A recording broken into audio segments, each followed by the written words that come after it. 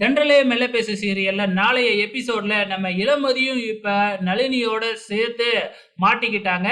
இந்த சித்தார்த் என்னடான்னா 2 பேரையுமே வந்து பார்த்தீங்கன்னா, ரூம்ல போட்டு கட்டி வச்சு வாயெல்லாம் பொத்தி அடைச்சு கட்டி போட்டு வச்சிருக்கிறாப்புல. இந்த பக்கம் இளமதி நேத்து நைட்டு வீட்டுக்கு வரல அப்படின்னு தெரிஞ்சதுக்கு அப்புறம் சும்மா இருப்பாப்லயா? எல்லா இடத்துலயுமே போய் தேடிக்கிட்டு இருக்கிறாங்க. இளமதி மாவு பாக்கெட் போடுற கடையிலலாம் போய் விசாரிச்சுக்கிட்டு இருக்கிறாங்க ஒரு பக்கம். இந்த பக்கம் என்னடான்னா பரம இளமதிய தீவிரமா தேட ஆரம்பிக்கிறாப்புல. எனக்கு தெரிஞ்சு எப்படியும் வந்து பாத்தீங்கன்னா பரம இளமதி இருக்கிற இடத்த கண்டுபிடிச்சிருவாருன்னு நினைக்கிறேன். ஏன்னா வந்து பாத்தீங்கன்னா இளமதி வந்து பாத்தீங்கன்னா இந்த சித்தார்த்த ஃபாலோ பண்ணி பைக்ல தானே வந்தாங்க. அதனால இளமதியோட பைக் இருக்கிறத வச்சு கண்டுபிடிச்சிருவாப்புல அப்படின்னு தான் நினைக்கிறேன். அப்படி இல்ல அப்படின்னா இளமதி வந்து இப்ப ரூமுக்குள்ள தனியா தானே இருக்கு இளமதியும் நளினியும்.